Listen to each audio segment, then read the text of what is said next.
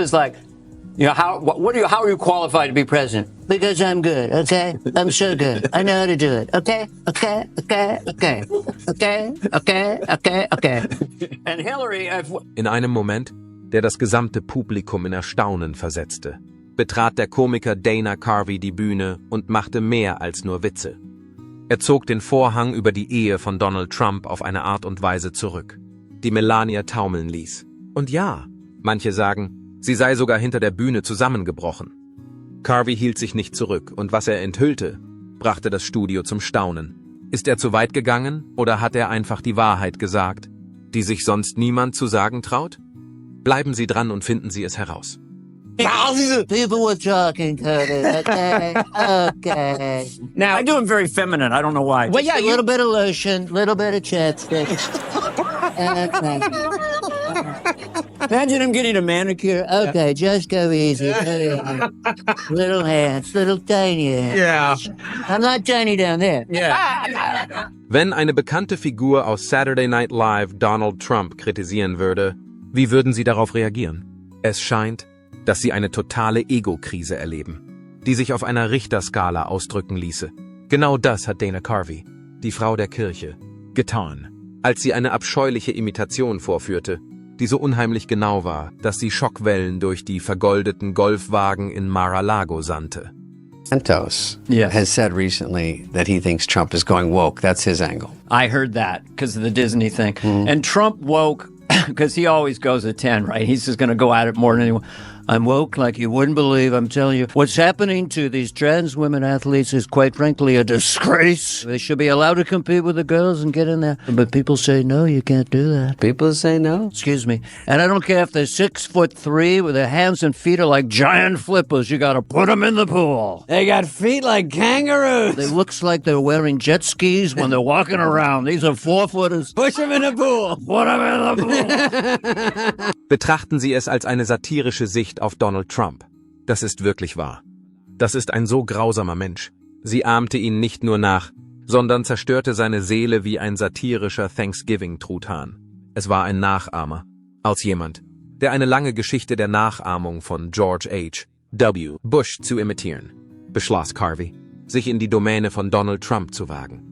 Außerdem zeigte er während seines Podcast-Auftritts seinen typischen Stil des lässigen Chaos und hielt sich nicht zurück. Als Antwort auf Trump veröffentlichte Carvey einen Kommentar. Darin zeigte Carvey eine Mischung aus Sarkasmus und psychologischem Verständnis. Trump is the impression of the year. Right. You're one of the great impressionists. How are you going to evolve this Trump impression? I don't what do you know think's going to happen with it? I don't know what to do with it. I don't know where it's going. I keep discovering hooks. I could publish that. I could tell you that. They're friends of mine. Okay. I figure if he starts World War III, we'll be in our bunkers. He'll still be selling us on closed circuit TV. You know, we had a fabulous nuclear war. It was fabulous. Tremendous nuclear war. Your bunkers are terrific. Your bunkers are fabulous. The Chinese bunkers are a disaster. A disaster. Okay. Er konnte die Kadenz, die lächerliche Prahlerei und das bizarre Durcheinander von Wörtern aufschnappen, die immer zu dem Konzept zurückführen, dass mich alle lieben. Ich bin der Außergewöhnlichste. Als nächstes sage ich die Wahrheit. Es gibt andere, die glauben, dass ich fähiger bin als Abraham Lincoln. Viele Menschen sind sich dessen derzeit nicht bewusst. Ein fast schon beleidigender Gestank ging von dem Bronzer und der Diet Coke Trump aus.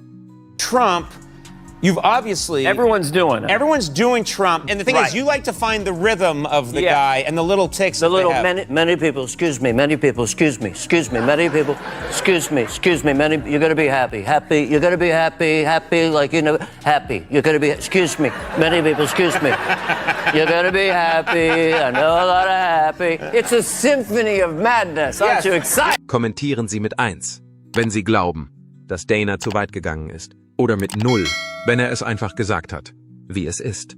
Und wenn ihr Spaß habt, abonniert bitte gleich. Trump ist dafür bekannt, dass er sich in der Öffentlichkeit regelmäßig über solche Dinge hinwegsetzt. Dieser besondere Vorfall hat mich jedoch sehr berührt. Quellen in der Bastion der zerbrechlichen Emotionen in Florida zufolge war Präsident Trump gestern mehr als verärgert über die Situation. Es war ein Wutanfall. Eine Assistentin soll ihn dabei ertappt haben, wie er etwas murmelte wie Dana, die sich gewaschen hat, ist nie humorvoll melancholisch. Das ist eine wunderbare Aussage von einem Mann, der zuvor versucht hat, bei Sharper Image Steaks zu verkaufen. The announcement is so funny to me. Yeah. Let me tell you, I'm going to be saying something very soon. We're going to say it, and we're going to do it, and we want to do it, and we're going to say things like you wouldn't believe. And many people say they don't want to see it, they don't like that, but we're going to do it anyway. We're going to do it. Es ist wichtig, darauf hinzuweisen, dass dies nicht nur eine beiläufige Bemerkung war, die in einer Talkshow gemacht oder in eine Rede eingefügt wurde. Dana Carvey hat Trump nicht nur imitiert, er hat ihn völlig ausradiert. Die Komödie hatte einen bestimmten Zweck. In einem orangefarbenen Kleid, das vor Selbstbewusstsein strotzte, war es ein cleverer Schachzug. Genauer gesagt war es Satire mit einer klaren Richtung. Im Laufe der Fauci-Carvey-Untersuchung wurde jeder merkwürdige Aspekt von Trumps Persönlichkeit unter die Lupe genommen. Von der bombastischen Selbstbeweihräucherung bis zu den ADHS-ähnlichen Abschweifungen in seinem Sprachmuster. Er entschärfte die Situation nicht, sondern eskalierte sie auf ein urkomisches Niveau. Wir diskutieren gerade über Zölle. Andererseits war ihnen bewusst, dass ich mehr Stimmen erhalten habe als alle anderen, die rote Krawatten trugen. Carvey war zu 100% korrekt. Verglichen mit dem Blick in einen Spiegel, der Beleidigungen zurückwirft, war es viel weniger frustrierend und viel lustiger. Die Jungs machten sich über die Opfermentalität lustig, während sie locker sitzende Anzüge und übermäßige Bräune trugen. Sie machten sich auch über TikTok-Fans lustig, die Carveys Stimme in Parodien mit geteiltem Bildschirm synchronisierten. Mitglieder der Generation Z schienen in den Kommentaren eine lustige Bombe platzen zu lassen. Spent the year trying to figure out the appeal of Donald Trump. And, he's a blunt force instrument. So, if your cause was global warming and you're going to the conference, who would you rather have with you than Donald Trump? Because he'd be like, you stupid countries, okay? You're very, very stupid, okay? You're spewing all this stuff in the air. The earth's getting hot. The grass is getting hot. Ouch, ouch, ouch, ouch. I will be so good with global warming. I'll solve global warming. I'll make CO2 pay for it. I can promise you that. I know how to make glaciers, okay, Matt? I can make... Das war eine unangenehme Situation, weil sich hinter den Pointen die Realität verbarg. Dies sind nicht einfach nur Witze. Carvey hat keine Karikatur der Figur geschaffen. Es war schmerzhaft, weil er einfach etwas Absurdes lauter gemacht hat. Es war das lustige Äquivalent zu Trump, der einen Spiegel vorhielt und feststellte, dass dieser in keiner Weise verdreht ist. Einfach ausgedrückt, so werde ich von anderen wahrgenommen. Trump kann den Gedanken nicht ertragen, dass er die Zielscheibe eines Witzes ist. Carveys unglücklichste Tat war nicht nur, dass er Trump vor Millionen von Menschen schlecht aussehen ließ. Er hat dem amerikanischen Volk vor Augen geführt, dass Comedy in einer Gesellschaft, die von ernsthaften Ermittlungen, Anklagen und politischen Umwälzungen geprägt ist, immer noch relevant ist, wenn es darum geht, ein zerbrechliches Ego als das zu entlarven, was es wirklich ist. Braucht es manchmal nur einen einzigen scharfen Eindruck. Das Ego von Donald Trump wurde medium rare gebraten, und dazu gab es eine Portion Demütigung vor den Augen der Öffentlichkeit. Wenn es um Donald Trump ging, war es kein guter Tag. Die Definition eines schrecklichen Tages ist eine Kernschmelze, die Tschernobyl im Vergleich zu einem Lagerfeuer winzig erscheinen lassen würde. Das Einzige, was man brauchte, waren ein Mann, ein Mikrofon und eine Nachahmung, die urkomisch und tödlich war. I just wanted to observe a few funny things because I'm watching. They just talk. They talk. This is the only time he makes this specific lips like this. All talk. Then he goes back normal. I don't know what they're doing, but all they do is talk. They talk. It's kind of when he went, China. All they do is talk. They're all talk. All they do is talk. All talk. Everything they do is talk. All they do is... Alice, was sie tun, ist. Carvey, das ist in der Tat Dana Carvey.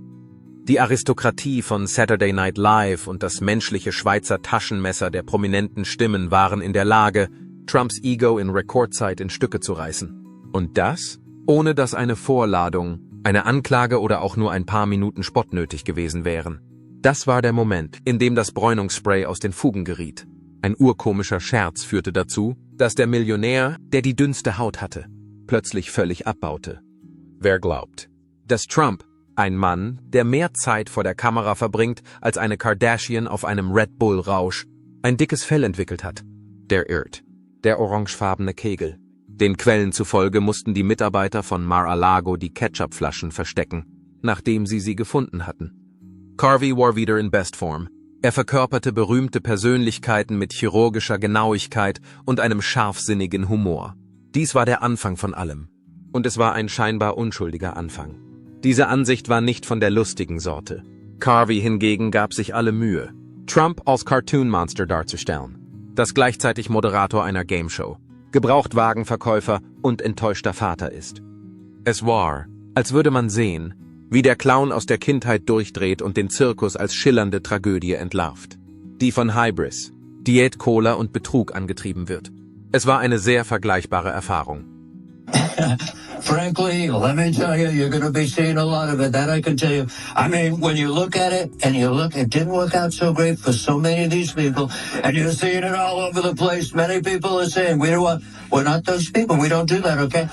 So you look at what they're doing, you look at all of it, and people are very disappointed, like you wouldn't believe, because it's a terrible deal, really a bad deal. And we're going to be doing something very soon, and you're going to be happy. You're going to be seeing a lot of it.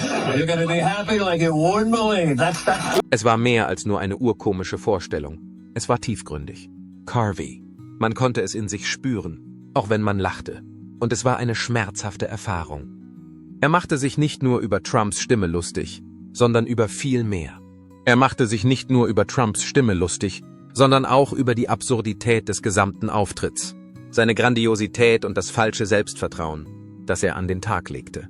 Trotz der Tatsache, dass Trump die Rede nicht live gehört hat, besitzt er immer noch das Selbstvertrauen einer Person, die nicht in der Lage ist, Honor ohne die Hilfe der Autokorrektur zu buchstabieren und es weiterhin falsch schreibt. Alice, was ein höheres Leseniveau als das eines Zweitklässlers hat, wird höchstwahrscheinlich von seinen Mitarbeitern gefiltert. Trotzdem war es fast so, als könne man den Dampf aus seinen Ohren aufsteigen hören, als das Video begann, sich schneller zu verbreiten als seine juristischen Probleme. Derjenige, der zuvor versucht hatte, Grönland zu kaufen, war jedoch nicht in der Lage, ein paar Minuten gut geschriebenen Humors zu tolerieren, obwohl dies vielleicht der raffinierteste Angriff ist, der ihm in diesem Jahr begegnet ist.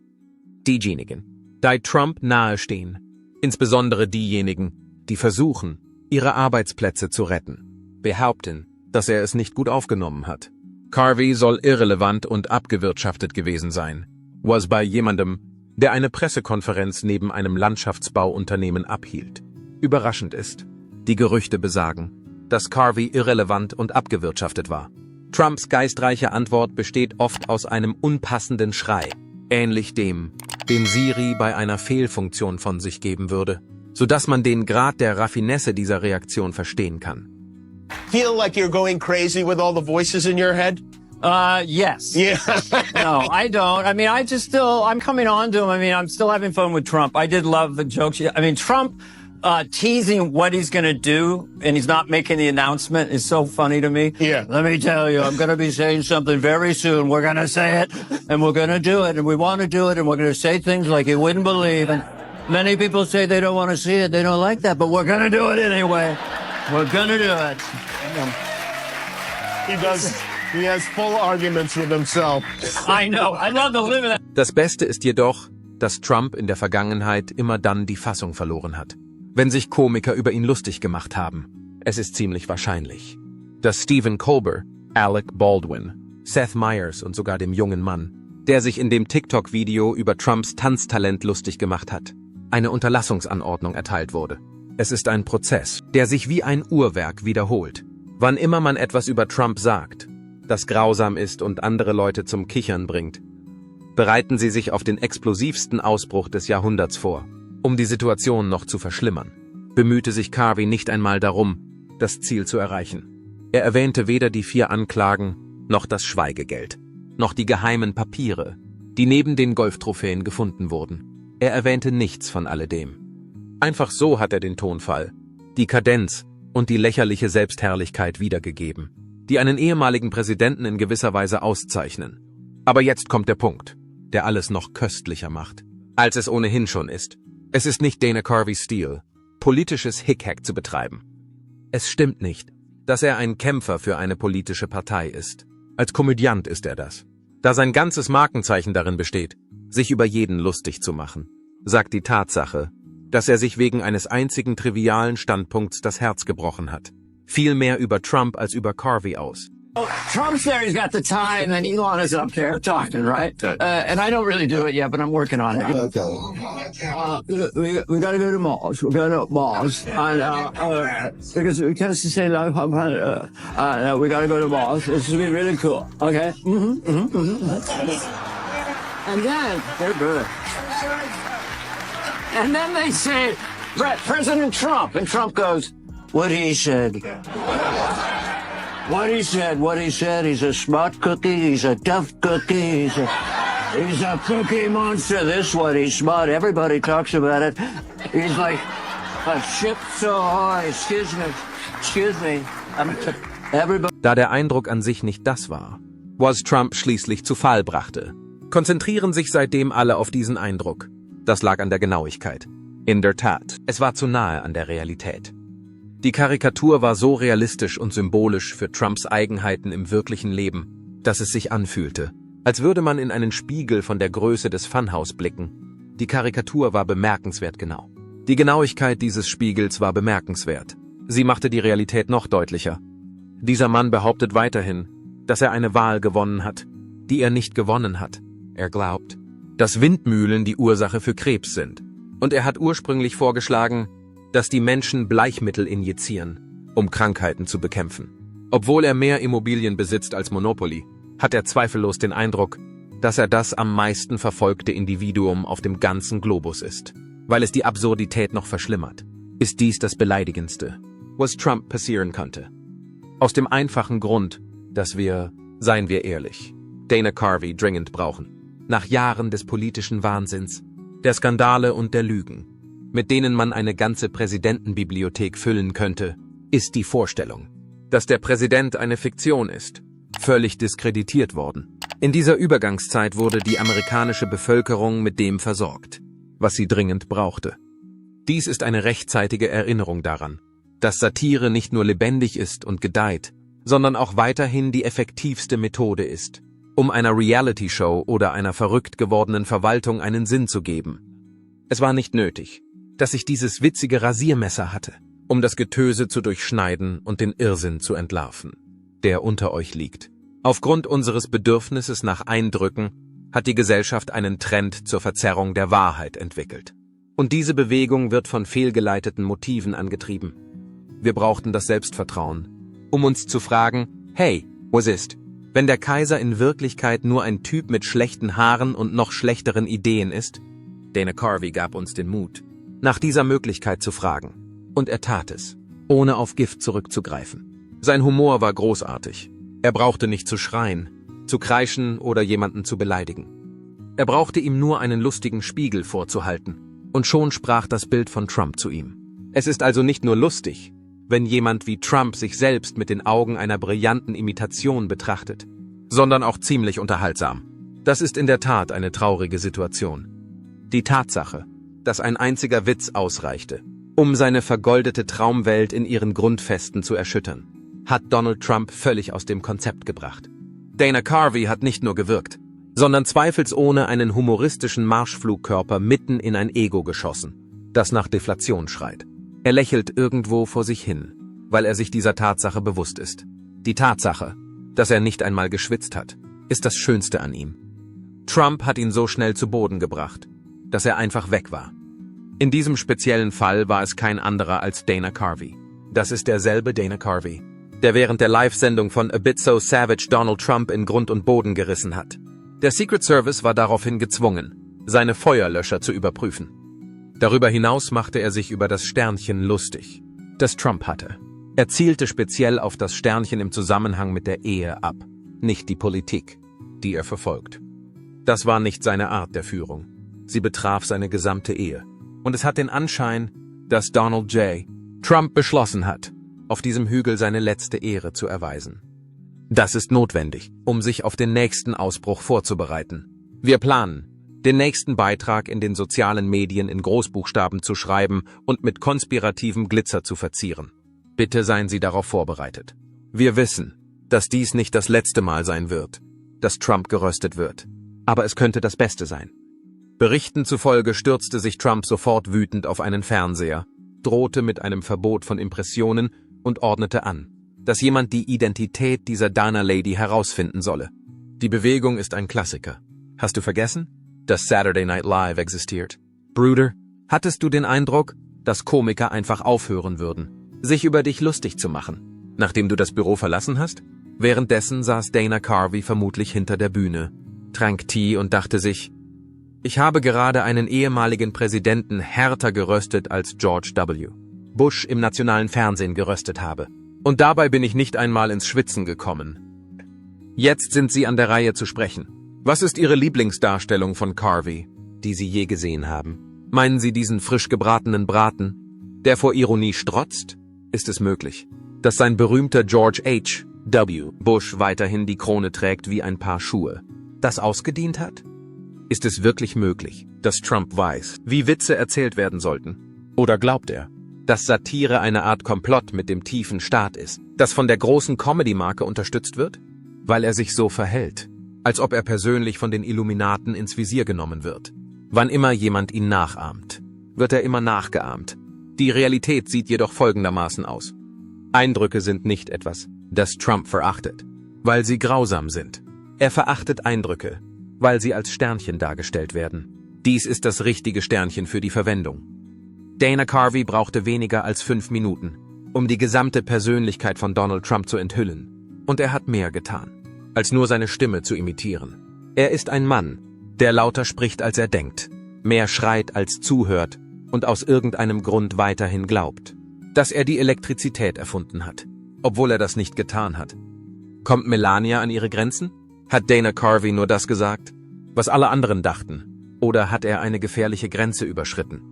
Teilen Sie uns in den Kommentaren mit, ob es sich nur um eine Komödie handelt oder eine tiefere Wahrheit, die endlich ans Licht kommt. Drücken Sie den Gefällt mir-Button und abonnieren Sie die Seite, um mehr über prominente und politische Dramen zu erfahren.